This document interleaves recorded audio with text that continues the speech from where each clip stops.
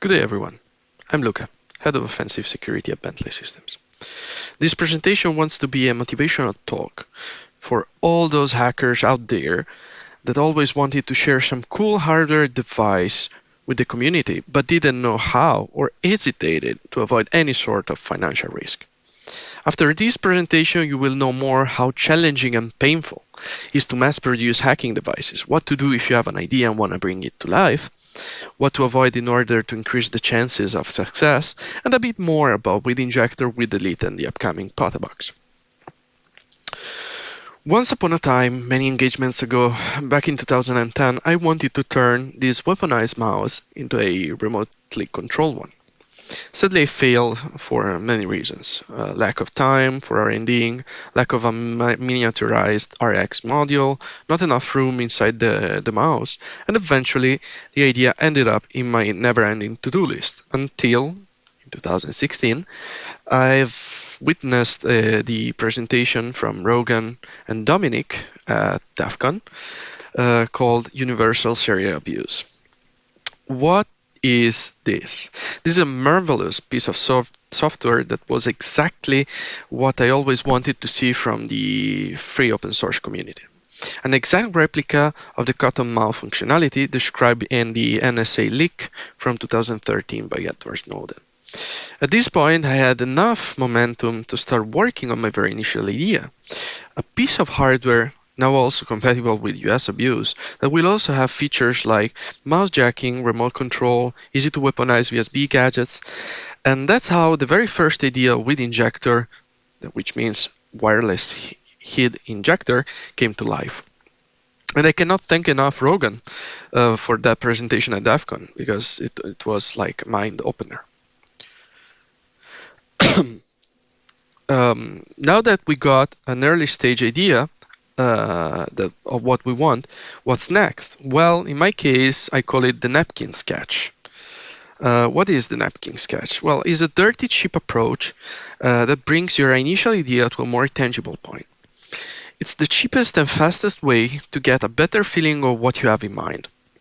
Usually, in this phase, I start adding the features I'd like to see in the final product, even though some of them will be dropped during the next phases due to technical reasons or lack of space, as it happens with Injector. So, in my case, I worked on two phases. The first phase was to release an initial product called with Injector, which then I enhanced by creating with Delete. Once we got a sketch of what we want to create, we need some validation, right? In order to easily validate an idea, do not start immediately with R&D and prototyping. I know that's hard. As an engineer, for me, it's way easier just to have an idea and start to create a prototype on it, based on it, and then eventually create a final working product.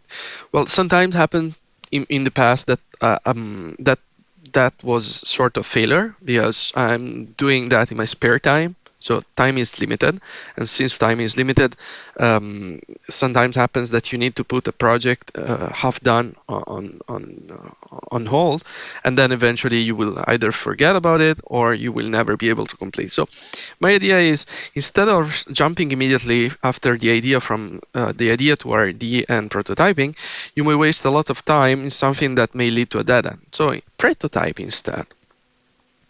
Prototyping is a term that I've read for the first time in the book titled The Right It, written by Alberto Savoia. If you're planning to challenge yourself in creating something for the market, I strongly recommend to have a look at it, because it's really, really interesting from many aspects, from many points of view. What is, in few words, a prototype? Well, it's a sort of physical, but in my case, cheap mock-up of the product I want to create that allows to quickly gather feedbacks and validate my assumptions in a cheap and easy way. One example provided in the book is called Pinocchio, which was nothing but a can of beans, as you can see in the image, colored in black, that had to resemble an IoT home assistant. Back in time, when Alberto envisioned this IoT device, there were not yet things like Alexa, Nest, and so on. So he just wanted to validate if that idea of an AOT home assistant was worth it. So Alberto practically envisioned what later would have become the well-known Amazon Alexa. In this way, he managed to easily validate that idea with just simple can of beans. It's an amazing approach. I strongly recommend you to have a read about the full story in the book, because it will give you like the feeling of why prototyping is so powerful. Another example of prototyping is regarding the Palm Pilot. Jeff Hawkins designed one of the very first tablets in the history, the GridPad. It was an engineering marvel, but a market failure because it was still too big. We are talking about 90s, if I remember correctly. So determined to not make that mistake again, he decided to change approach. Instead of spending a lot of time in R&D prototyping, he took it simple. He took a wooden tablet, sticked on it a piece of paper resembling the UI of his ideal Palm Pilot UI, and then started to bring it everywhere for a couple of weeks. Every time he had to take a note, check emails, schedule a meeting, he was taking out this piece of wood and imagining that he really had to. He really had in his hands a working version of it.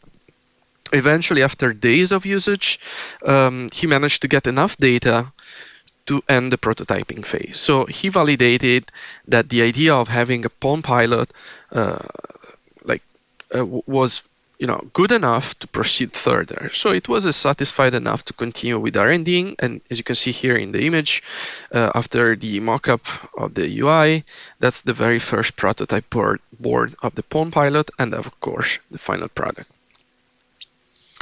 In my case, I needed something a bit bigger than a classic USB flash drive because components that I used were commercially available and were not that small. I mean, that's really small. So still, I needed something smaller than a Raspberry Pi Zero. As you can see here is some example of other offensive devices I created based on Raspberry Pi Zero that would have also an external antenna, since I was planning to add mouse jacking capabilities and radio hacking once. So looking around my lab, some option appeared, as you can see from the images. The goal here is to validate my idea and see if the plant size would fit my needs, right? Because during a pen test you need still a quite unnoticeable, stealthy device, right? So eventually I was satisfied of that and decided to proceed further. So those mock-ups, those prototypes,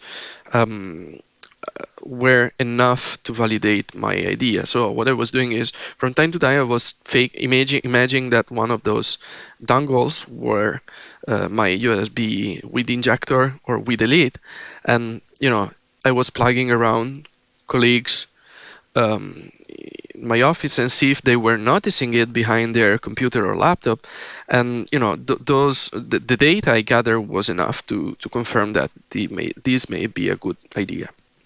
At this point, we reached a certain level of confidence that the product is doable, and I find it useful. But what about others? What about potential customers? Remember, if no customer is interested in it, it's very unlikely a manufacturer will invest time and money on it, right? Therefore, the next step was to get some market analysis in order to validate as well from that side this idea. So the fastest and the cheapest way I found, of course, I'm not a marketing guy, I'm not a business guy, I don't have an MBA, so I needed to find the cheapest and fastest way to validate the idea from a market perspective. So what I've done, it was a simple Twitter poll, which gave me enough inertia, momentum, to get to go on. So in that case, that simple question, simple poll, gathered like 93% of consensus among possible customers or users.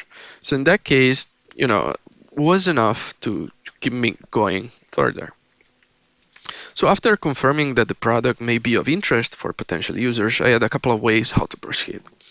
Jump straight on KiCad and start working on the schematics, or create a 3D concept. The engineer that easy me and maybe you would have jumped straight through to KiCad and started to design the PCB and the schematics, right?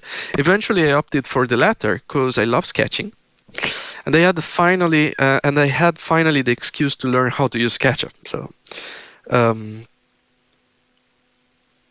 the pro of starting with this approach is less eager of time than designing from scratch a schematic PCB, since it doesn't require yet digging into datasheets, electrical and radio specs, or other constraints, but goes directly to the point of having a 3D model of your product at your disposal. Why it's so useful? Well, besides being a good way to brainstorm and detect eventual pitfalls or constraint missed during the napkin sketch, it also allows you to use such 3D model as an early visual representation of your idea for potential meetings with customers or, manufacturers or investors. So, and here comes the most challenging part from a technical point of view, the prototyping phase. In this phase, you will be designing, coding, banging your hand on the table when you're stuck, debugging, redesigning, almost giving up, and eventually getting something working out of all these process. So here the costs depends on what you're planning to design. In my case, costs were quite reasonable, so less than €100 approx to get the first, assembled prototype, and the time needed was around 15 days.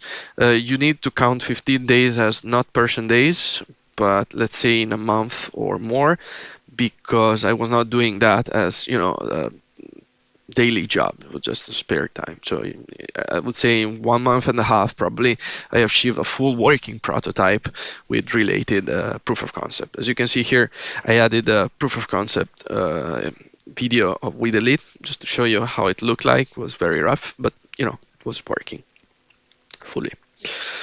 So with a working prototype at your hand and some market analysis, we are ready to start hunting for manufacturers, right? And this is the most critical part of the whole journey, I would say, from a non-technical point of view. And this is the most critical part that will define the success of the project if you want to bring it to life to, mass production. First of all, why I opted for this business deal? Because as you know, the sales of with injector, with Elite, and the upcoming Potabox are all based on no profit. So I'm not getting any profit from out of the sales that manufacturer makes. So the reason is simple. I already have a job in the infosec industry, so I was not looking for yet another duty or job or tasks to stress me out. I just was looking for something challenging to do in my spare time that would involve hardware hacking. And most importantly, I wanted to give back something to the community without profiting it, right? Like, all these researchers that release softwares. I wanted to release something I love to make. Personally, I love more to make hardware. So I wanted to release a hardware that is still easily available, and, I release it for free. So creating the perfect initial email takes time and good amount of revisions. Look at it as a sort of sales pitch. You have very few sentences and a couple of images to catch the interest of the manufacturer. Usually I add the 3D concept here at this point, and the market analysis survey results. You don't have to be much verbose for two reasons: to not annoy the reader and to not leak too many intellectual property details before an eventual NDA. Why I'm saying that? Well, there are plenty of copycats around, or people that want just to profit out of your idea, so better protect your intellectual property as much as you can. Even if you will release in open source, open hardware, or for free, it doesn't mean that you need to make easier the life of copycats, right? In my experience, I noticed that the best time to send the email is around Wednesday and Thursday. Why? Because from my experience, I noticed that Mondays, no one respond to you, or they will respond badly, or just ignore your email. So just trust me and have faith and try that. Wednesday and Thursday work best, at least in my case.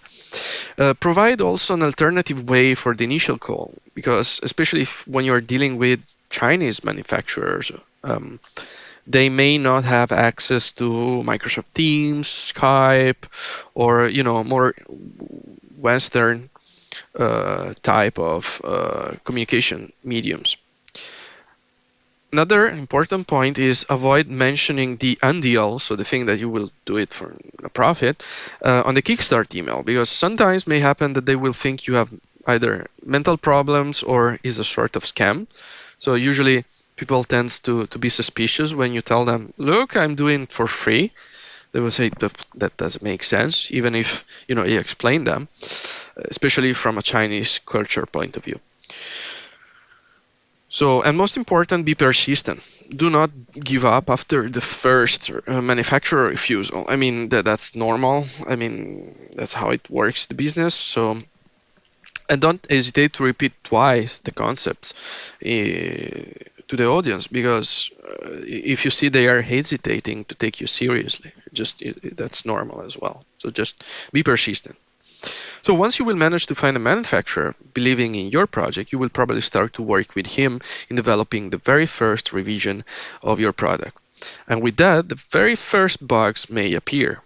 Example, during the design of the first revision of with Elite, I was so focused on getting everything fitting in the PCB that I forgot to expose the interrupt pins for conducting radio attacks and extend the USB pins in order to make the weaponizing process easier.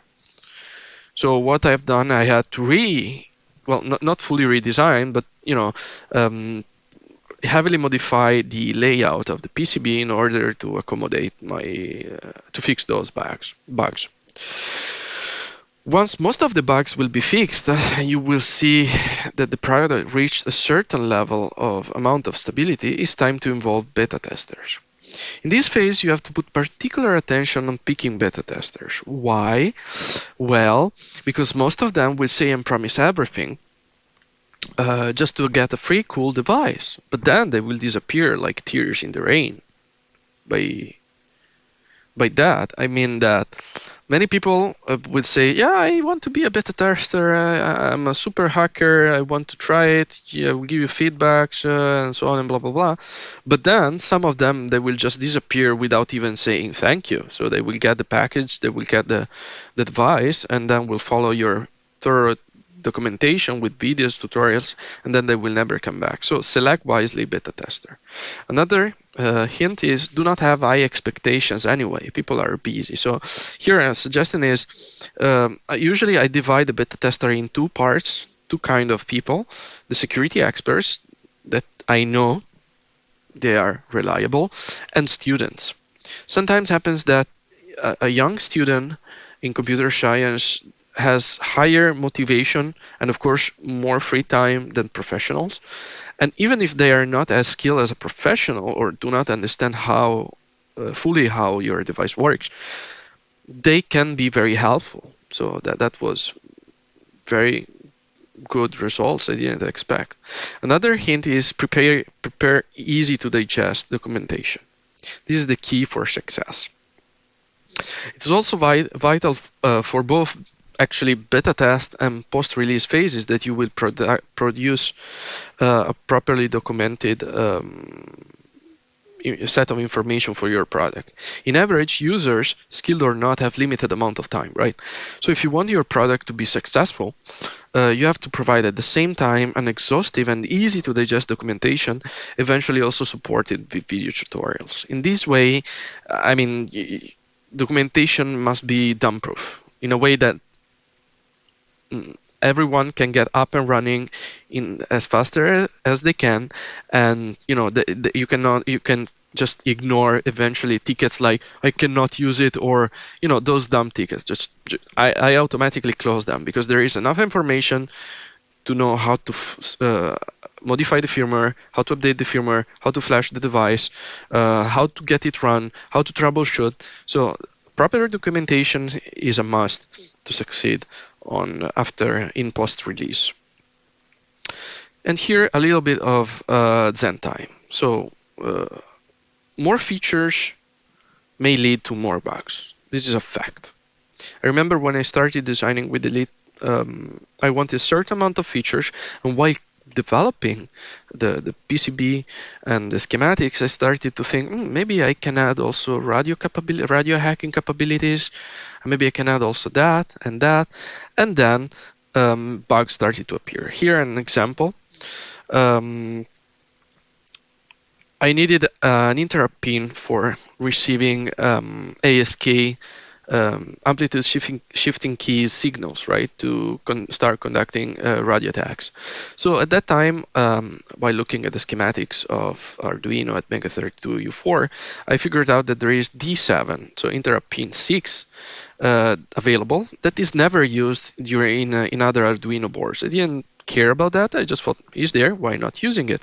Well, I got a new PCB revision, and apparently it is the most painful interrupt pin of all of the Atmega MCU. So just to keep the story short, what I had to do was to, after debugging, figuring out why, I had to re-engineer, so redesign again the PCB. So just be careful of how many features you want. If there are not the main features, but you want still in your product, just study it better during the feasibility part rather than the implementation or design phase. Eventually, long story short, after the feedbacks gathered from the beta tester and the bugs fixed, the product was released to the market by the manufacturer. And then everyone was able to enjoy the final version of it in post-release. Just some numbers to give you an idea of the entity of these products that were sold with this unbusiness deal. So before this presentation, I asked the manufacturer to give me some numbers after 2-ish years of with injector sales. So the number of the units sold by the manufacturer until now are around 10 plus thousand pieces for with injector and 1,000 plus 1,100 plus pieces for units for with Elite that was released last year. So that this gives you an idea of the achievement, the results achieved. But please don't tell my wife about that, otherwise we'll think that my no profit deal with the manufacturer was not a very wise decision. Are there similar success stories? Was my journey the only one successful? Nope. At least a couple of people I helped followed my own business approach, and hopefully more will come in the future. As you can see here are some devices, hardware hacking devices that were developed following and released by following the undeal process. So that's pretty astonishing as well. I'm pretty, glad that I'm not the only one thinking that it's possible to achieve that. So just to recap a bit, what are the lessons learned? Well, validating the idea is a prerogative. Do it yourself. Market analysis and prototyping are a must for succeeding in this case, at least from my point of view. Don't give up at the first manufacturer refusal. It's normal. Some of them will not understand. Some of them will not have time. Just never write them on Monday an email. They will just somehow. It happened that always got ignored. Documentation is vital. And pick wisely beta tester. That's very good tip. Listen to your user as well, because I got plenty of improvement derived from this point. Prioritize action items. I usually follow the divided impera approach, so dividing a main goal in a subset of them, and then again and again iterating until I manage to complete in a fashionable time a certain small task in a way that I can easily escalate and reach my goal in a faster way. And finally, beware of some human beings. Copycats and intellectual property thieves are always behind the corner. So, suggestion, NDAs, and OPSEC are your friends. Finally, I just wanted to show you what I'm working on right now. It's called Potabox. It's a multi-purpose single-board computer designed to fulfill offensive security needs and much more. So if interested of its development, be sure to follow Potabox on Twitter. And I really hope, sadly, time is over. So I really hope you enjoyed this presentation. I'm looking forward for eventual questions during the live session. Bye.